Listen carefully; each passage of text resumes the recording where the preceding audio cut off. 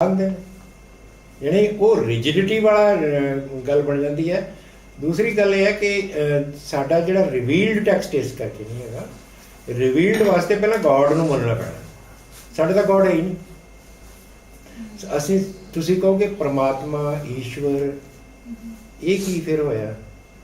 ਪ੍ਰਭੂ ਪਰਮਾਤਮਾ ਈਸ਼ਵਰ ਇਹ ਉਹ ਗੋਡ ਨਹੀਂ ਹੈਗਾ ਜਿਹੜਾ ਸੈਮਟਿਕ ਵਾਲਿਆਂ ਦਾ, ਕਿਉਂਕਿ ਸੈਮਟਿਕ ਵਾਲੇ ਦੇ ਗੋਡ ਦੀ ਤਾਂ ਨਿਸ਼ਾਨੀ ਇੱਕੋ ਹੀ ਹੈ ਕਿ ਉਹ ਦੁਨੀਆ ਤੋਂ ਬਾਹਰ ਹੈ, ਉੱਥੇ ਕੋਈ ਜਾ ਨਹੀਂ ਸਕਦਾ ਤੇ ਉੱਥੋਂ ਆਪ ਉਹ ਆਉਂਦਾ ਨਹੀਂ। ਫਿਰ ਕਰਦਾ ਕੀ ਹੈ? ਉਹ ਪੈਗੰਬਰ ਭੇਜ। ਤੇ ਇਹ ਮਤਲਬ ਉਹਨਾਂ ਦੀ ਇੱਕ ਇਹ ਉਹਨਾਂ ਦੀ ਮਾਈਥੋਲੋਜੀ ਹੈ। ਹਰ ਧਰਮ ਦੀ ਇੱਕ ਮਾਈਥੋਲੋਜੀ ਹੁੰਦੀ ਹੈ, ਮਿਥੀਕਲ ਇਮੈਜੀਨੇਸ਼ਨ ਹੁੰਦੀ ਹੈ, ਉਹਦੇ ਮੁਤਾਬਕ ਉਹਨਾਂ ਨੇ ਦੁਨੀਆ ਨੂੰ ਸਮਝਿਆ। ਪਰ ਇਸ ਕਰਕੇ ਮੈਂ ਇਹਦਾ ਕਹਿੰਦਾ ਫਿਰ ਇਹ ਹੈ ਕਿ ਜੇ ਸੇਕਰਡ ਲਫ਼ਜ਼ ਨਹੀਂ ਵਰਤਦੇ ਫਿਰ ਇਹਨੂੰ ਅਸੀਂ ਕਹਾਂਗੇ ਇਹ ਨੌਲੇਜ ਟੈਕਸਟ। ਪਰ ਨੌਲੇਜ ਆਰਡੀਨਰੀ ਨੌਲੇਜ ਨਹੀਂ, ਇਹ ਪਰਮ ਗਿਆਨ ਦੇ ਪਾਠ ਨੇ ਸਾਡੇ ਜਿਹੜੇ ਸਾਡੇ ਜਿਹਨੂੰ ਧਰਮ ਗ੍ਰੰਥ ਕਹਿਣਾ ਵੀ ਮੈਂ ਕਹਿੰਦਾ ਬਹੁਤ ਵੱਡੀ ਗੱਲ। ਸਾਡੇ ਜਿਹੜੇ ਗ੍ਰੰਥ ਨੇ ਇਹ ਧਰਮ ਗ੍ਰੰਥ ਨੇ। ਇਹ ਗੱਲ ਉਹਨੂੰ ਜ਼ਿਆਦਾ ਐਕਸਪਲੇਨ ਕਰਦੀ ਹੈ ਔਰ ਜ਼ਿਆਦਾ ਨੇੜੇ ਅਰਥਾਂ ਦੇ। ਜੇ ਇਹਨੂੰ ਸੇਕਰਡ ਕਹੀਏ, ਸਕ੍ਰਿਪਚਰ ਕਹੀਏ, ਨਾ ਇਹ ਸਕ੍ਰਿਪਚਰ ਹੈ ਨਾ ਇਹ ਸੇਕਰਡ ਹੈ, ਇਹ ਤਾਂ ਪਰਮ ਗਿਆਨ ਦੇ ਮਹਾ ਗ੍ਰੰਥ ਨੇ। ਮੈਂ ਤਾਂ ਇਹ ਮੇਰੀ ਆਪਣੀ ਰਾਏ ਹੈ, ਤੁਸੀਂ ਇਹਨੂੰ ਆਪਣੇ ਹਿਸਾਬ ਨਾਲ ਗ੍ਰਹਿਣ ਕਰ ਸਕਦੇ ਹੋ, ਕਿਉਂਕਿ ਇਹ ਤਾਂ ਨੌਲੇਜ ਦੇ ਖੇਤਰ ਵਿੱਚ ਤਾਂ ਕਿਸੇ ਨੂੰ ਹਰ ਇੱਕ ਨੂੰ ਛੂਟ। This is my stand up. ਹਾਂਜੀ, ਪਰਮ ਗਿਆਨ ਦਾ ਫਾਇਦਾ ਕੀ ਹੈ? ਪਰਮ ਗਿਆਨ ਦਾ ਫਾਇਦਾ ਇਹ ਹੈ ਕਿ ਉਹਦੇ ਨਾਲ ਨਾ ਬੰਦੇ ਨੂੰ ਜਿਹੜਾ ਸਧਾਰਨ ਗਿਆਨ ਦੇ ਵਿੱਚ ਨਾ ਬੰਦਾ ਫਸਿਆ ਹੁੰਦਾ ਉਸ ਤੋਂ ਮੁਕਤੀ ਮਿਲਦੀ ਹੈ, ਆਪਣੇ ਜਦੋਂ ਨਿਕਲ ਜਾਏਗਾ। ਹਾਂ, ਉਹ ਬੰਦਾ ਜਦੋਂ ਜੋ ਚਿੱਕੜ 'ਚ ਫਸਿਆ ਹੈ ਨਾ, ਬੰਦਾ ਚਿੱਕੜ 'ਚ ਫਸਿਆ ਨਾ, ਉਹਨੂੰ ਦੁਨੀਆ ਉੱਪਰ ਨਹੀਂ ਨਜ਼ਰ ਪੈਂਦੀ। ਉਹ ਬੰਦਾ ਜਦੋਂ ਟ੍ਰਾਂਸੈਂਡ ਕਰਦਾ ਹੈ ਮਾਨਸਿਕ ਤੌਰ 'ਤੇ ਤਾਂ ਉਹ ਸਧਾਰਨ ਚੀਜ਼ਾਂ ਨੂੰ ਫਿਰ ਸਧਾਰਨ ਹੀ ਮੰਨਦਾ, ਕੋਈ ਐਡੀ ਵੱਡੀ ਗੱਲ ਨਹੀਂ ਮੰਨਦਾ। ਇਹਦੇ ਬਾਰੇ ਮੈਂ ਡਾਕਟਰ ਭਜਨ ਸਿੰਘ ਦੀ ਕਵਿਤਾ ਦੀਆਂ ਲਾਈਨਾਂ ਕੋਟ ਕਰਦਾ ਹੁੰਦਾ। ਉਹਦੇ ਵਿੱਚ ਵੀ ਉਹੀ ਉਸ ਗੱਲ ਦੀ ਸੋਝੀ ਹੈ ਕਿ ਚਿੱਕੜ 'ਚੋਂ ਜੋ ਵੀ ਪੁੱਟਾਂਗਾ ਪੈਰ ਬਣੇਗਾ, ਆਪਣੇ ਤੋਂ ਜਿੰਨਾ ਟੁੱਟਾਂਗਾ ਪੰਖ ਬਣਾਂਗਾ। ਇਹ ਗੁਰਬਾਣੀ ਪਰਮ ਗਿਆਨ ਇਹ ਹੈ ਕਿ ਬੰਦੇ ਨੂੰ ਆਪਣੀਆਂ ਸਧਾਰਨ ਕਿਸਮ ਦੀਆਂ ਮੁਸ਼ਕਿਲਾਂ ਦੇ ਵਿੱਚ ਫਸੇ ਹੋਏ ਬੰਦੇ ਨੂੰ ਇੱਕ ਐਸੇ ਸਟੈਂਡ 'ਤੇ ਖੜਾ ਕਰ ਦਿੰਦੀ ਜਿੱਥੇ ਉਹਨੂੰ ਛੋਟੀਆਂ ਲੱਗਦੀਆਂ ਨੇ। ਇਹ ਜਿਹੜਾ ਇਸੇ ਕਰਕੇ ਜਿਹੜਾ ਨਾ ਜਿਹੜੇ ਅੱਜ ਦੇ ਜਿਹੜੇ ਧਰਮ ਵਿਗਿਆਨੀ ਨੇ ਉਹ ਇਹੀ ਕਹਿੰਦੇ ਨੇ ਕਿ ਇਹ ਇੱਕ ਬੰਦੇ ਦੇ ਜੀਵਨ ਦੇ ਜਿਹੜੇ ਪਰਮ ਸਰੋਕਾਰ ਨੇ ਨਾ, ਇਹ ਉਹਨਾਂ ਨਾਲ ਜੁੜਿਆ ਹੋਇਆ ਪ੍ਰਵਚਨ ਹੈ। ਤੇ ਪਰਮ ਸਰੋਕਾਰ ਸਧਾਰਨ ਦੇ ਵਿੱਚੋਂ ਹੀ ਉੱਪਰਲੀ ਹਾਈਐਸਟ ਡਿਗਰੀ ਹੁੰਦੀ ਹੈ। ਇਹਦੀ ਸਭ ਤੋਂ ਵੱਡੀ ਮਿਸਾਲ ਤੁਸੀਂ ਦੇਖੋ, ਗੁਰੂ ਨਾਨਕ ਜਦੋਂ ਬੰਦੇ ਨੂੰ ਪਰਿਭਾਸ਼ਿਤ ਕਰਦੇ ਨੇ ਨਾ, ਬੰਦਾ ਕੀ ਹੈ, ਉਹ 10-10 ਸਾਲ ਦੀ ਉਮਰ 'ਚ ਉਹਨੂੰ ਵੰਡ ਕੇ ਦੇਖਦੇ ਨੇ, ਟੋਟੈਲਿਟੀ ਵਿੱਚ ਦੇਖਦੇ ਨੇ, ਉੱਪਰੋਂ ਦੇਖਦੇ ਨੇ ਕਿ ਬੰਦਾ ਕੀ ਹੈ। 10 ਬਾਲ ਤਨ 20 ਰਵਣ 30 का सुंदर कहावे 40 पुर होए 85 पग किस्से 60 के बड़े पावे 70 का मतिहीन 80 का व्यवहार न पावे 90 का सहज आसनी टूडम टडोलम डिठ में नानक दुनिया नानक जग धुएं का तवल है। ਹੁਣ ਇਹ ਦੇਖੋ, ਇੱਕ ਬੰਦੇ ਦੀ ਲਾਈਫ ਦੀ ਜਿਹੜੀ ਟੈਂਪੋਰੈਲਿਟੀ ਹੈ ਉਸ ਨੂੰ ਦਾਰਸ਼ਨਿਕ ਦ੍ਰਿਸ਼ਟੀ ਤੋਂ ਦੇਖਣ ਦੀ ਗੱਲ ਹੈਗੀ ਕਿ ਜੇ ਤੁਸੀਂ ਟੋਟੈਲਿਟੀ 'ਚ ਦੇਖੋਗੇ ਤੇ ਬੰਦਾ ਬੜਾ ਛੋਟੀ ਜਿਹੀ ਚੀਜ਼ ਹੈ। ਸੁਬਹ ਹੋਤੀ ਹੈ, ਸ਼ਾਮ ਹੋਤੀ ਹੈ, ਉਮਰ ਯੂੰ ਹੀ ਤਮਾਮ ਹੋਤੀ ਹੈ। ਪਰ ਜਦੋਂ ਬੰਦਾ ਚੇਤਨ ਹੋ ਜਾਂਦਾ ਕਿ ਭਾਈ ਇਹ ਜ਼ਿੰਦਗੀ ਜਿਹੜੀ ਨਾ ਰਹਿਣੀ ਨਹੀਂ ਹੈ, ਤੇ ਫਿਰ ਉਹਨੂੰ ਜ਼ਿੰਦਗੀ ਦੇ ਮੀਨਿੰਗ ਮਿਲਦੇ ਨੇ। ਤੇ ਜਿਹੜਾ ਧਰਮ ਹੈ, it is a search for final. Sir ਇੱਕ ਛੋਟਾ ਜਿਹਾ ਸਵਾਲ ਹੈ, ਤੁਸੀਂ ਹੁਣੇ ਪਰਮ ਗਿਆਨ ਬਾਰੇ ਗੱਲ ਕੀਤੀ ਨਾ, ਤੇ ਇਹ ਜਿਵੇਂ ਹੁਣ ਮਤਲਬ ਇਹ ਗਿਆਨ ਸ਼ੁਰੂ ਕਿਵੇਂ ਹੁੰਦਾ ਹੈ ਤੇ ਚੇਤਨ ਕਿਵੇਂ ਹੋਇਆ ਜਾ ਸਕਦਾ ਹੈ? ਇਹਦੀ ਪਹਿਲੀ ਸਟੇਜ ਕੀ ਹੋ ਸਕਦੀ ਹੈ? ਇਹ ਹੁਣ ਪ੍ਰੈਕਟੀਕਲ ਜਿਹੜਾ ਮਸਲਾ ਹੈ ਨਾ, ਉਹ ਤਾਂ ਇਹੀ ਹੈ ਕਿ ਇਹ ਪਰ ਮਤਲਬ ਹੈ ਕਿ ਜਿਹੜਾ ਗਿਆਨ ਜਿਹੜਾ ਸਾਨੂੰ ਸਾਡੇ ਵਿਰਸੇ ਦੇ ਵਿੱਚ ਨਾ ਕੁਝ ਜਿਹੜੀਆਂ ਚੀਜ਼ਾਂ ਸਾਨੂੰ ਦੱਸੀਆਂ ਜਾਂਦੀਆਂ, ਇਸ ਕਰਕੇ ਬਾਰ-ਬਾਰ ਅਸੀਂ ਕਈ ਵਾਰ ਕਹਿੰਦੇ ਨਾ ਕਿ ਆਪਣੇ ਵਿਰਸੇ ਦੀਆਂ ਉਹਨਾਂ ਕਦਰਾਂ ਕੀਮਤਾਂ ਨਾਲ ਜੁੜੋ। ਤਾਂ ਉਹਦਾ ਮਤਲਬ ਇਹ ਹੈ ਕਿ ਉਹਨਾਂ ਮਸਲਿਆਂ ਦੀ ਸੋਝੀ ਕਰੋ ਜਿਨ੍ਹਾਂ ਨੇ ਸਾਨੂੰ ਟਿਕਾਇਆ ਹੋਇਆ ਸੀ। ਹੁਣ ਜਿਹੜਾ ਗਲੋਬਲਾਈਜੇਸ਼ਨ ਦੇ ਨਾਲ ਬੰਦਾ ਜਿਸ ਤਰ੍ਹਾਂ ਦਾ ਬਣਾਇਆ ਜਾ ਰਿਹਾ ਨਾ, ਉਹਦੇ 'ਚ ਦਿੱਕਤ ਇਹੋ ਹੀ ਹੈ ਕਿ ਸਾਨੂੰ ਜੜ੍ਹਾਂ ਤੋਂ ਉਖੇੜਿਆ ਜਾ ਰਿਹਾ ਹੈ। ਸਾਨੂੰ ਇੱਕ ਐਸਾ ਬੰਦਾ ਬਣਾਇਆ ਜਾ ਰਿਹਾ ਹੈ ਜਿਹੜਾ ਮਸ਼ੀਨੀ ਹੈ, ਜਿਹੜਾ ਉਪਭੋਗੀ ਹੈ, ਜਿਹੜਾ ਮਤਲਬ ਹੈ ਕਿ ਸਿਰਫ ਕੰਜ਼ਿਊਮਰ ਸਬਜੈਕਟ ਬਣਾਤਾ ਸਾਨੂੰ। ਕਿ ਉਹ ਤੇ ਇਹਦੇ ਵਿੱਚ ਸਟ੍ਰੈਟਜੀ ਹੈਗੀ ਉਹ ਗਲੋਬਲ ਕੈਪੀਟਲਿਜ਼ਮ ਦੀ। ਗਲੋਬਲ ਕੈਪੀਟਲਿਜ਼ਮ ਦੀ ਆਈਡੀਓਲੋਜੀ ਕੀ ਹੈ? ਉਹ ਪ੍ਰੋਫਿਟ ਹੈ। ਜਿਹੜੇ ਗਲੋਬਲ ਕੈਪੀਟਲਿਜ਼ਮ ਦਾ ਇੱਕੋ ਇੱਕ ਮਕਸਦ ਹੈ ਵੀ ਪ੍ਰੋਫਿਟ ਵੱਧ ਤੋਂ ਵੱਧ ਕਮਾਉਣਾ। ਤੇ ਸਾਡੇ ਜਿਹੜੀ ਟ੍ਰੈਡੀਸ਼ਨ ਸੀ ਕਿ ਬੰਦਾ ਵਧੀਆ ਬੰਦਾ ਬਣਾਉਣਾ, ਉਹ ਕਹਿੰਦੇ ਨੇ ਕੰਜ਼ਿਊਮਰ ਸਬਜੈਕਟ ਬਣਾਉਣਾ। ਤਾਂ ਇਹ ਇੱਥੇ ਜਿਹੜੀ ਐਜੂਕੇਸ਼ਨ ਹੈ, ਮੈਂ ਸਮਝਦਾ ਕਿ ਇਹ ਐਜੂਕੇਸ਼ਨ ਦਾ ਧਰਮ ਹੈ ਕਿ ਸਾਨੂੰ ਆਪਣੇ ਵਿਰਾਸਤ ਨਾਲ ਜੋੜੇ ਤਾਂ ਕਿ ਅਸੀਂ ਆਪਣੀ ਜ਼ਿੰਦਗੀ ਨੂੰ ਜ਼ਾਇਆ ਕਰਕੇ ਸਿਰਫ ਮਸ਼ੀਨ ਵਾਂਗ ਰਹਿ ਕੇ ਨਾ ਤੁਰ ਜਾਈਏ। ਤਾਂ ਇਸ ਕਰਕੇ ਮੈਂ ਸਮਝਦਾ ਕਿ ਇਹਦੇ ਵਾਸਤੇ ਸਾਨੂੰ ਇਹ ਵਿੱਦਿਆ ਦੀ ਲੋੜ ਹੈ। ਵਿੱਦਿਆ ਦੇ ਰਾਹੀਂ ਸਾਨੂੰ ਗਿਆਨ ਮਿਲੇਗਾ। ਉਹ ਗਿਆਨ ਦੇ ਵਿੱਚੋਂ ਇੱਕ ਸਧਾਰਨ ਗਿਆਨ ਹੈ, ਇੱਕ ਕਮਰਸ਼ੀਅਲ ਸਬਜੈਕਟ ਦਾ ਗਿਆਨ ਹੈ, ਤੇ ਇੱਕ ਜਿਹੜੇ ਫਾਈਨਲ ਮਸਲਿਆਂ ਦਾ ਗਿਆਨ ਹੈ। ਇਹ ਗਿਆਨ ਸਾਨੂੰ ਲਿਬਰੇਟ ਕਰੇਗਾ। ਇਹ ਸਾਡੇ ਇਹ ਬੰਧਨਾਂ ਤੋਂ ਮੁਕਤ ਕਰਨ ਵਾਲਾ ਗਿਆਨ ਹੈ ਕਿ ਇਹ ਸਾਨੂੰ ਸੱਚਮੁੱਚ ਵੀ ਸਾਡੀ ਨੇਚਰ ਕੀ ਹੈ ਉਹਦੇ ਨਾਲ ਜੋੜ ਕੇ ਦੇਖਣ ਦੀ ਗੱਲ ਹੈ। ਮੈਂ ਹੁਣ ਸ਼ੰਕਰਾਚਾਰੀਆ ਦਾ ਨਾ ਇੱਕ ਵਿਵੇਕ ਚੂੜਾਮਣੀ 'ਚੋਂ ਮੈਂ ਸੂਤਰ ਪੜ੍ਹ ਰਿਹਾ ਸੀ। ਉਹਨਾਂ ਨੇ ਇੱਕ ਸਾਰ ਰੂਪ ਵਿੱਚ ਗੱਲ ਕਰ ਦਿੱਤੀ ਕਿ ਬ੍ਰਹਮ ਸਤਿਅਮ ਜਗਨ ਮਿਥਿਆ ਜੀਵੋ ਬ੍ਰਹਮੇਵ ਨਾ ਪਰਾ। ਇਹ ਅਦਵੈਤ ਵੇਦਾਂਤ ਦਾ ਸਾਰ ਤੱਤ ਹੈਗਾ ਕਿ ਜਿਹੜਾ ਪਰਮ ਸੱਚ ਕੀ ਹੈ ਉਹ ਹੈਗਾ ਬ੍ਰਹਮ, ਤੇ ਜੀਵ ਕੀ ਹੈ ਉਹ ਬ੍ਰਹਮ ਹੀ ਹੈ, ਤੇ ਉਹ ਜਗਤ ਜਿਹੜਾ ਉਹ ਮਿਥਿਆ ਹੈ।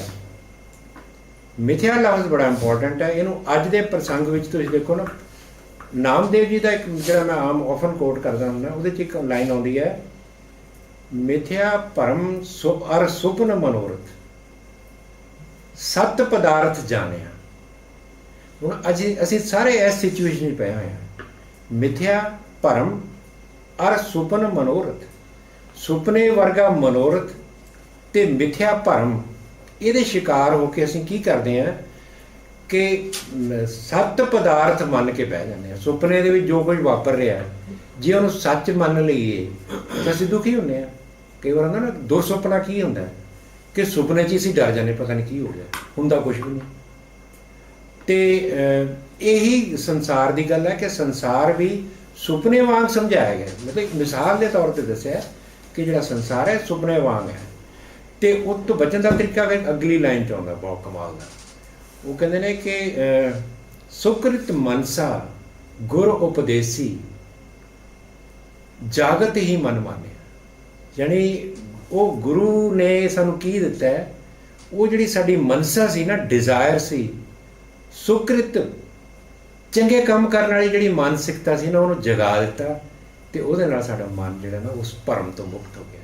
ਹੁਣ ਮਤਲਬ ਹੈ ਕਿ ਇਹ ਸਾਰੀ ਬਾਣੀ ਦੀਆਂ ਜੇਕਰ ਲਿਟਰਲ ਮੀਨਿੰਗ ਦੇਖੋਗੇ ਨਾ, ਤੁਹਾਨੂੰ ਸਧਾਰਨ ਜਿਹੀ ਗੱਲ ਅਰਥ ਲੱਗਣਗੇ, ਪਰ ਇਹਨੂੰ ਤੁਸੀਂ philosophy of life, way of living, ਜੀਵਨ ਜਾਂਚ ਦੇ ਨਾਲ ਜੋੜ ਕੇ ਦੇਖੋ। ਇਹ ਅੱਜ ਵੀ ਉਨੀਆਂ ਇੰਪੋਰਟੈਂਟ ਗੱਲਾਂ ਨੇ ਬਾਣੀ ਦੀਆਂ ਜਿੰਨੀਆਂ ਉਹਨਾਂ ਦੇ ਵੇਲੇ ਸੀਗੀਆਂ, ਕਿਉਂਕਿ ਇਹ ਤਾਂ ਪਰਮਾਨੈਂਟ ਸੱਚ ਨਹੀਂ। ਗੁਰਬਾਣੀ ਜਿਹੜੀ ਹੈ ਨਾ, ਇਸੇ ਕਰਕੇ ਪਰਮ ਦੀ ਗੱਲ ਕਰਦੀ ਹੈ ਕਿ ਇਹ ਸਮੇਂ ਦੀ ਗੱਲ ਨਹੀਂ, ਕਾਲ ਦੀ ਗੱਲ ਨਹੀਂ, ਕਾਲ ਤੋਂ ਪਰਾਂ ਦੀ ਗੱਲ ਹੈ। ਇਹ ਅੱਜ ਤੋਂ ਬਾਅਦ ਜਿੱਥੇ ਵੀ ਹਿਊਮਨ ਐਗਜ਼ਿਸਟੈਂਸ ਹੋਏਗੀ, ਜਿਹੜੇ ਬੰਦੇ ਦੇ ਸਰੋਕਾਰ ਨੇ, ਇਹ ਉਹਨਾਂ ਦੇ ਨਾਲ ਸਾਨੂੰ ਪਰਿਚਿਤ ਕਰਾਉਂਦੀ ਹੈ।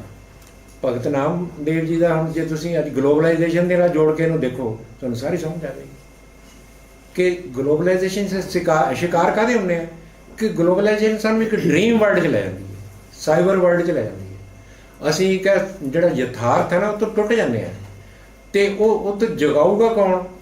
ਉਹ ਹੈਗਾ ਸੁਕ੍ਰਿਤ ਮਨਸਾ ਗੁਰ ਉਪਦੇਸੀ ਜਾਗਤ ਹੀ ਮਨ ਮਾਨਿਆ। ਜਦੋਂ ਅਸੀਂ ਜਾਗ ਪੈਂਦੇ ਨਾ, ਫਿਰ ਅਸੀਂ ਉਸ ਇਲੂਜ਼ਨ ਤੋਂ ਮੁਕਤ ਹੋ ਜਾਂਦੇ ਹਾਂ। ਇਹ ਮੈਨੂੰ ਲੱਗਿਆ ਵੀ ਇਹਦੀ ਸਾਰ। ਹਾਂਜੀ, ਤੁਸੀਂ ਕਿਹਾ ਜੀ ਕਿ ਜਿਹੜਾ ਬ੍ਰਹਮ ਗਿਆਨ ਹੈ ਉਹ ਆਪਾਂ ਨੂੰ ਜੀਵਨ ਜਾਂਚ ਸਿਖਾਉਂਦਾ ਹੈ ਜੀ। ਆਪਾਂ ਮਤਲਬ ਆਪਣੇ ਛੋਟੇ ਮਸਲਿਆਂ ਤੋਂ ਉੱਪਰ ਉੱਠ ਕੇ ਦੇਖਦੇ ਹਾਂ ਕਿ ਇੱਦਾਂ ਹੈ। ਇਹਦਾ ਅਗਲਾ ਮਤਲਬ ਇਹ ਹੈ ਕਿ ਜਦੋਂ ਆਪਾਂ ਜੀਵਨ ਜਾਂਚ ਆ ਗਈ, ਉਸ ਤੋਂ ਅੱਗੇ ਜਿਹੜਾ ਬਾਣੀ 'ਚ ਵਾਰ-ਵਾਰ ਆਉਂਦਾ ਵੀ ਅੰਤ ਵਾਰ, ਜਦੋਂ ਅੰਤ 'ਚ ਜਾਂ ਇਸ ਤੋਂ ਬਾਅਦ ਤੇਰਾ ਜਿਹੜਾ ਫੈਸਲਾ ਹੋਏਗਾ ਉੱਥੇ ਹੀ ਕੰਮ ਹੋਣਾ। ਤੁਸੀਂ ਸਮਝਦੇ ਹੋ ਕਿ ਕੋਈ ਉੱਥੇ ਫੈਸਲਾ ਹੋਣਾ ਹੈ ਕਿ ਬਸ ਇੱਥੋਂ ਤੱਕ ਜੀਵਨ ਜਾਂਚ ਹੀ ਹੈ? ਪਹਿਲੀ ਗੱਲ ਤਾਂ ਕਿ ਮੈਂ ਹਜੇ ਅੰਤ ਦੇਖਿਆ ਨਹੀਂ। ਨਹੀਂ, ਕਿਹੜੀ ਤੁਕ ਬੋਲ ਰਹੇ ਹੋ? ਅੰਤ ਬਾਅਦ ਜੋ ਲక్ష్ਮੀ ਸਿਮਰੇ ਨਹੀਂ ਐਸੀ ਚਿੰਤਾ ਨਹੀਂ, ਇਹ ਵੀ ਬਹੁਤ ਵਧੀਆ ਟਰਮ ਹੈ ਕਿ ਕਿਉਂਕਿ ਇਹ ਸਾਰਾ ਸ਼ਬਦ ਆਪਾਂ ਨੂੰ ਪਤਾ ਹੈ ਕਿ ਚਲੋ ਉਹ ਦੱਸਦੇ ਕਿ ਮਤਲਬ ਜੇ ਆਮ ਵਰਾਂਗੇ ਤੇ ਸੱਪ ਬਣਾਂਗੇ ਜਾਂ ਕਿੱਦਾਂ। ਹਾਂਜੀ ਮੈਂ ਦੱਸਦਾ, ਇਹ ਮੈਂ ਬਹੁਤ ਅੱਛਾ ਸਵਾਲ ਤੁਹਾਡਾ ਹੈਗਾ। ਮੈਂ ਇਹਦਾ ਜਵਾਬ ਜਿਹੜਾ ਮੈਂ ਆਪਣੇ ਹਿਸਾਬ ਤੁਹਾਨੂੰ ਦੇਣਾ ਚਾਹਾਂਗਾ। ਹਾਂਜੀ ਇਹਦਾ ਅਸਲ ਵਿੱਚ ਪਤਾ ਗੱਲ ਕੀ ਹੈ ਕਿ ਮੈਂ ਇਸੇ ਕਰਕੇ ਕਿਹਾ ਵੀ ਗੁਰਬਾਣੀ ਦਾ ਜਿਹੜਾ ਪ੍ਰਵਚਨ ਹੈ ਨਾ, ਉਹਦਾ ਲਿਟਰਲ ਮੀਨਿੰਗ ਨਹੀਂ ਹੈਗਾ। ਇਹ ਸ਼ਾਇਰੀ ਵਾਂਗ ਇਹਦੇ 'ਚ ਗੱਲ ਕੀ ਹੈ, ਸ਼ਾਇਰ ਜਿਹੜਾ ਹੁੰਦਾ ਨਾ ਉਹ ਪ੍ਰਤੀਕਾਂ 'ਚ ਗੱਲ ਕਰਦਾ, ਰੂਪਕਾਂ 'ਚ ਗੱਲ ਕਰਦਾ, ਅਲੰਕਾਰਾਂ 'ਚ ਗੱਲ ਕਰਦਾ। ਉਹ ਇਹਦੇ ਵਿੱਚ ਨਾ ਹੁਣ ਮਿਥੀਕਲ ਟਰਮ 'ਚ ਵੀ ਗੱਲ ਕੀਤੀ ਜਾਂਦੀ ਹੈ। ਜਦੋਂ ਹੁਣ ਮਤਲਬ ਗੁਰੂ ਨਾਨਕ ਦੇਵ ਇਹ ਕਹਿੰਦੇ ਨੇ ਕਿ ਧੌਲ ਧਰਮ ਦਇਆ ਕਾ ਪੂਤ ਸੰਤੋਖ ਥਾਪ ਰੱਖਿਆ ਜਿਨ ਸੂਤ, ਉਹ ਕੀ ਕਰ ਰਹੇ ਨੇ? ਉਹ ਤਾਂ ਮਤਲਬ ਹੈ ਕਿ ਇੱਕ ਤਰ੍ਹਾਂ ਰਿਲੀਜੀਅਸ ਸਟੱਡੀਜ਼ ਦੇ ਸਕਾਲਰ ਵਾਂਗ ਗੱਲ ਕਰ ਰਹੇ ਨੇ। ਉਹ ਕੀ ਕਰ ਰਹੇ ਨੇ ਕਿ ਮਾਈਥੋਲੋਜੀਕਲ ਇਮੈਜੀਨੇਸ਼ਨ ਨੂੰ ਫਿਲੋਸਫੀਕਲ ਟ੍ਰੈਡੀਸ਼ਨ ਸਮਝਾ ਰਹੇ ਨੇ, ਪਰ ਇਹ ਹਰ ਜਗ੍ਹਾ ਨਹੀਂ ਹੈਗਾ। ਯਾਨੀ ਗੁਰਬਾਣੀ ਵਿੱਚ ਕਿਧਰੇ ਜਿਹੜੇ ਗੁਰੂ ਸਾਹਿਬਾਨ ਨੇ ਜਾਂ ਭਗਤ ਨੇ ਉਹ ਮਿੱਥ ਦੀਆਂ ਗੱਲਾਂ ਵੀ ਕਰਦੇ ਨੇ। ਉਹ ਮਿੱਥ ਲਿਟਰਲ ਨਹੀਂ ਹੁੰਦੀ, ਉਹਨੂੰ ਫਿਰ ਉਸੇ ਰੂਪ ਵਿੱਚ ਲਓ ਕਿ ਇਹ ਮਿਥੀਕਲ ਲੈਵਲ ਤੇ ਗੱਲ ਕਹੀ ਗਈ ਹੈ। ਇਹਦਾ ਅੰਦਰਲਾ ਭਾਵ ਇਹ ਹੈ। ਤੇ ਮਤਲਬ ਹੈ ਕਿ ਇਹ ਕਨਫਿਊਜ਼ ਨਾ ਕਰੋ ਕਿ ਤੁਸੀਂ ਵੀ ਉਹਦਾ ਲਿਟਰਲ ਮੀਨਿੰਗ ਲੈਣਾ ਕਿ ਨਹੀਂ। ਅੰਤ ਵੇਲੇ ਕੀ ਹੋਏਗਾ ਉਹਨਾਂ ਨੂੰ ਕਿਹੜਾ ਪਤਾ ਸੀ ਤੇ ਨਾ ਸਾਨੂੰ ਪਤਾ। ਅੰਤ ਵੇਲੇ ਜੋ ਹੋਣਾ ਫਿਰ ਉਹੀ ਹੋਏਗਾ। ਫਿਰ ਤਾਂ ਸ਼ੇਰ ਜੋ ਕਰਨਾ ਸ਼ੇਰ ਨੇ ਕਰਦਾ। ਪਤਾ ਕਹਿੰਦਾ ਨਾ ਵੀ ਜੇ ਤੁਹਾਨੂੰ ਰਾਹ ਜਾਂਦੇ ਸ਼ੇਰ ਮਿਲ ਜਾਏ ਤੇ ਕੀ ਕਰੋਗੇ? ਕਹਿੰਦਾ ਫਿਰ ਮੈਂ ਕੀ ਕਰਨਾ, ਫਿਰ ਜੋ ਕਰਦਾ ਸ਼ੇਰ ਨੇ ਕਰਨਾ। ਸਿਰਫ ਇੱਕ ਇੰਨੇ ਕੁ ਡਾਈਜੈਸਟ ਕਰਨਾ ਇਹ ਬਹੁਤ ਹਾਂ। ਚਲੋ ਇੱਕ ਹੋਰ ਪਿਛਲੇ ਨੂੰ ਮੌਕਾ ਦਿਓ। ਇੱਕ ਰਹਿ ਗਿਆ ਜੀ। ਨਾ ਬੋਲ ਚਲੋ ਤੁਸੀਂ ਨਾ ਹਮੇ ਇੱਕ ਮਿੰਟ ਰੁਕ ਜਾ ਹਾਂ ਬੇਟਾ ਤੂੰ ਦੱਸ। ਹਾਂਜੀ ਸਰ, ਤੁਸੀਂ ਗੱਲ ਕਰ ਰਹੇ ਸੀ ਕਿ ਬ੍ਰਹਮ ਇਮਾਨੈਂਟ ਹੈ ਤੇ ਰੱਬ ਦੀ ਅਸੀਂ ਗੱਲ ਕਰ ਰਹੇ ਹਾਂ ਟ੍ਰਾਂਸੈਂਡੈਂਟ। ਜਦੋਂ ਅਸੀਂ ਗੁਰੂ ਗ੍ਰੰਥ ਸਾਹਿਬ ਦੀ ਗੱਲ ਪੜ੍ਹਦੇ ਨੇ ਕਿ ਜੋ ਬ੍ਰਹਮੰਡੇ ਸੋਈ ਪਿੰਨੇ, ਫਿਰ ਇਹ ਸਾਰੀਆਂ ਚੀਜ਼ਾਂ ਦਾ ਕੰਟਰਡਿਕਸ਼ਨ ਹੋ ਜਾਂਦਾ ਨਾ। ਫਿਰ ਇਹ ਸਭ ਚੀਜ਼ਾਂ ਦਾ ਤੇ ਫਿਰ ਨਹੀਂ ਬੇਟਾ ਉਹ ਤੇ ਕੰਟਰਡਿਕਸ਼ਨ ਕੋਈ ਨਹੀਂ ਹੈਗੀ। ਪਿੰਡ ਤੇ ਬ੍ਰਹਮੰਡ ਇਹ ਬ੍ਰਹਮ ਨਹੀਂ ਹੈਗੇ। ਇਹ ਬ੍ਰਹਮੰਡ ਹੋਰ ਚੀਜ਼ ਹੈ। ਬ੍ਰਹਮੰਡ ਹੋਰ ਚੀਜ਼ ਹੈ ਤੇ ਬ੍ਰਹਮ ਹੋਰ ਚੀਜ਼ ਹੈ। ਇਹ ਵੀ ਪ੍ਰੈਕਟੀਕਲ ਕਰਾਂਗੇ ਤੇ ਪਤਾ ਲੱਗਦਾ। ਜਿਹੜਾ ਬ੍ਰਹਮੰਡ ਇਹਦਾ ਅੰਗਰੇਜ਼ੀ ਚ ਤੁਸੀਂ ਸਮਝ ਲਓ, ਜਿਹੜਾ ਬ੍ਰਹਮੰਡ ਹੈ ਨਾ ਉਹ ਹੈ ਕਾਸਮੋਸ। ਕਾਸਮੋਸ ਦਾ ਮਤਲਬ ਜਿਹੜੀ ਹੈ ਸਾਰਾ ਪੁਲਾੜ। ਨਹੀਂ ਸਰ ਮੇਰੇ ਇਸ ਟੌਪ 'ਚ ਜਿਹੜਾ ਪਹਿਲਾ ਵਰਡ ਆਇਆ ਜੋ, ਉਹ ਬ੍ਰਹਮ ਆ।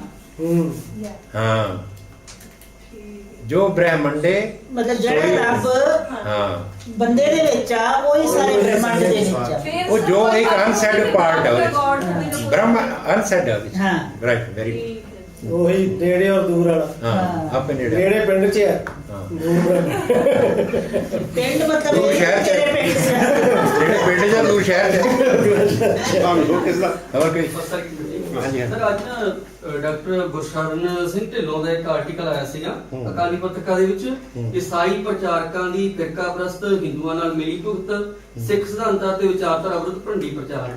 ਇਹਦੇ ਵਿੱਚ ਸਰ ਨਾ ਉਹਨਾਂ ਨੇ ਐਨ ਮਰਫੀ ਤੇ ਡਾਕਟਰ ਮੰਡੇਰ ਦੀਆਂ ਜੋ ਰਚਨਾਵਾਂ ਨੇ ਉਹਨਾਂ ਦੇ ਆਧਾਰ ਦੇ ਉੱਪਰ ਵੀ ਜੋ ਲਿਖ ਰਹੇ ਆ ਉਹਦੇ ਦੱਸਿਆ ਵੀ ਸਿੱਖ ਸੱਭਿਆਚਾਰ ਵੀ ਇਹ ਕਹਿ ਰਹੇ ਕੁਝ ਹੈ ਹੀ ਨਹੀਂ ਆ। ਵੀ ਸਿੱਖ ਸੱਭਿਆਚਾਰ ਅੰਗਰੇਜ਼ਾਂ ਦੇ ਆਉਣ ਤੋਂ ਬਾਅਦ ਵੀ ਇੱਕ ਵਿਰੋਧ ਦੇ ਵਿੱਚ ਅੰਗਰੇਜ਼ਾਂ ਦਾ ਵਿਰੋਧ ਕਰਨ ਵਾਸਤੇ ਹਿੰਦੂਆਂ ਤੋਂ ਅਲੱਗ ਹੋ ਕੇ ਬਣਾਇਆ ਗਿਆ ਹੈਗਾ। ਉਹਨੇ materiality of the past history and reputation and Sikh tradition Murphy ਦਾ ਉਦਾਹਰਨ ਦਿੱਤੇ, ਮੰਡੇਰ ਦੇ ਦਿੱਤੇ ਨੇ ਵੀ ਇੱਕ ਸਿੰਘ ਸਭਾ ਜੋ ਦਾ ਵੀ ਚੱਲੀ ਹੈਗੀ ਸਿੱਖ ਟ੍ਰੈਡੀਸ਼ਨ ਰਹਿਤ ਮਰਿਆਦਾ ਬਣੀ ਹੈ ਵੀ ਉਹਦੇ ਵਿੱਚੋਂ ਹੀ ਨਿਕਲ ਗਿਆ। ਸਰ ਇਹਦੇ ਬਾਰੇ ਮੈਂ ਜਾਣਨਾ ਚਾਹੁੰਦਾ ਵੀ ਇਹ ਜੋ ਪੱਛਮ ਵਾਲੇ ਕਰ ਰਹੇ ਵੀ ਇਹਦਾ ਕੀ ਕਾਰਨ ਹੈਗਾ ਵੀ ਸਿੱਖ ਧਰਮ ਦੇ ਇਹ ਹੁਣ ਗੱਲ ਵੀ ਇਹ ਇੱਕ ਸੈਮੀਨਾਰ ਦਾ ਵਿਸ਼ਾ ਹੈ, ਬਹੁਤ ਵੱਡਾ ਮਸਲਾ ਹੈ। ਇਹਦਾ ਇੰਨੀ ਛੇਤੀ ਜਵਾਬ ਨਹੀਂ ਦਿੱਤਾ ਜਾ ਸਕਦਾ। ਇੱਕ ਬੇਸਿਕ ਗੱਲ ਮੈਂ ਕਹਿ ਦਿੰਦਾ।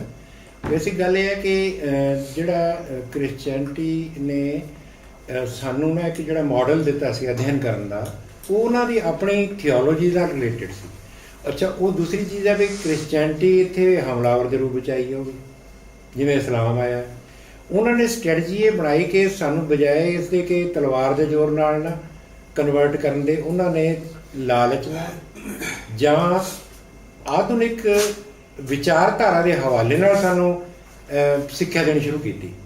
ਉਹਨਾਂ ਦੀ ਤੁਸੀਂ ਕਿਤਾਬ ਪੜ੍ਹੋ ਨਾ, ਉਹ ਜਿਹੜਾ ਪਹਿਲਾ ਨਾਵਲ ਸੀ ਜੋਤੀ ਰੁਦੈ। ਜੋਤੀ ਰੁਦੈ ਵਿੱਚ ਕੀ ਹੈਗਾ, ਉਹ ਕਹਿੰਦੇ ਨੇ ਵੀ ਤੁਸੀਂ ਜੇ ਜਿੰਨੀ ਦੇਰ ਤੱਕ ਨਾ ਈਸਾ ਮਸੀਹ ਵੱਲ ਨਹੀਂ ਆਓਗੇ, ਤੁਸੀਂ ਇਹ ਵਹਿਮਾਂ ਭਰਮਾਂ ਜੇ ਤੁਸੀਂ ਇਹੀ ਗੱਲ ਕਰ ਰਹੇ ਨੇ। ਉਹ ਇਹਨਾਂ 'ਚ ਫਸੇ ਰਹੋਗੇ। ਵੀ ਤੁਹਾਡਾ ਧਰਮ ਤਾਂ ਤੁਹਾਨੂੰ ਵਹਿਮ ਭਰਮ ਸਿਖਾਉਂਦਾ ਹੈ, ਅਸਲੀ ਧਰਮ ਤਾਂ ਸਾਡਾ ਹੈ ਜਿਹੜਾ ਸਾਨੂੰ ਗਿਆਨ ਸਿਖਾਉਂਦਾ। ਇਹ ਹੁਣ ਇਹ ਹੈਗਾ ਕਲੋਨਾਈਜੇਸ਼ਨ, ਯਾਨੀ ਬਸਤੀਵਾਦੀ ਹਕੂਮਤ ਦੀ ਇੱਕ ਨੀਤੀ ਦੇ ਮੁਤਾਬਕ ਉਹਨਾਂ ਨੇ ਪਹਿਲਾਂ ਸਾਨੂੰ ਵੰਡਿਆ। ਗੁਰੂ ਮਤਲਬ ਮਹਾਰਾਜਾ ਰਣਜੀਤ ਸਿੰਘ ਦੇ ਰਾਜ ਵਿੱਚ ਜਿਹੜਾ ਸ਼ਾਹ ਮੁਹੰਮਦ ਕੀ ਕਹਿ ਰਿਹਾ ਤੇ ਇਹ ਕੀ ਕਹਿ ਰਹੇ ਨੇ, ਤੁਸੀਂ ਇਹ 'ਚ ਪਤਾ ਲੱਗ ਜਾਏਗਾ ਕਿ ਫਰਕ ਕਿਉਂ ਪਿਆ। ਉਹ 'ਚੋਂ ਕਹਿੰਦਾ ਕਿ ਰਾਜੀ ਵਸਦੇ ਹਿੰਦੂ ਮੁਸਲਮਾਨ ਦੋਵੇਂ, ਸਿਰ ਦੋਹਾਂ ਦੇ ਉੱਤੇ ਆਫਤ ਆਈ। ਸ਼ਾਹ ਮੁਹੰਮਦ ਦੇ ਵਿੱਚ ਪੰਜਾਬ ਦੇ ਜੀ ਕੋਈ ਨਹੀਂ ਸੀ ਤੀਸਰੀ ਜ਼ਾਤ ਆਈ। ਅੱਛਾ, ਇਹ ਕਹਿੰਦਾ ਸ਼ਾਹ ਮੁਹੰਮਦ ਦਾ ਦੌਲਤਾਂ ਜਮ੍ਹਾਂ ਕਰਦਾ, ਕੀ ਸ਼ਾਹੂਕਾਰਾਂ ਦਾ ਪੁੱਤ ਗੁਮਾਸ਼ਤ ਆਈ।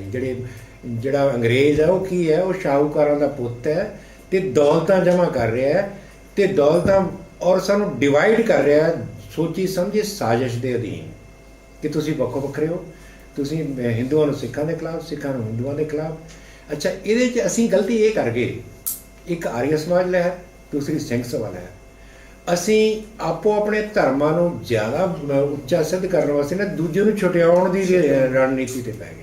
ਉਹਦੇ ਕਰਕੇ ਨਾ ਸਾਡਾ ਤਫਰਕਾ ਪੈਦਾ ਹੋ ਗਿਆ। ਅਸੀਂ ਤਾਂ ਇੱਕ ਹੀ ਸੀਗੇ ਔਰ ਅਣਵੰਡੇ ਹੀ ਰਹੇ ਹਾਂ, ਕਿਉਂਕਿ ਸਾਡੀ ਦ੍ਰਿਸ਼ਟੀ ਤਾਂ ਇਹ ਹੈ ਵੀ ਸਾਰੇ ਇੱਕੋ ਜਿਹੇ ਹੈ। ਤਾਂ ਇਹ ਜਿਹੜਾ ਨਾ ਇਹ ਬਸਤੀਵਾਦੀ ਹਕੂਮਤ ਦੇ ਹੱਥ ਕੰਡੇ ਨੇ, ਮੈਂ ਤਾਂ ਇਹਨੂੰ ਇਸ ਰੂਪ ਵਿੱਚ ਦੇਖਦਾ।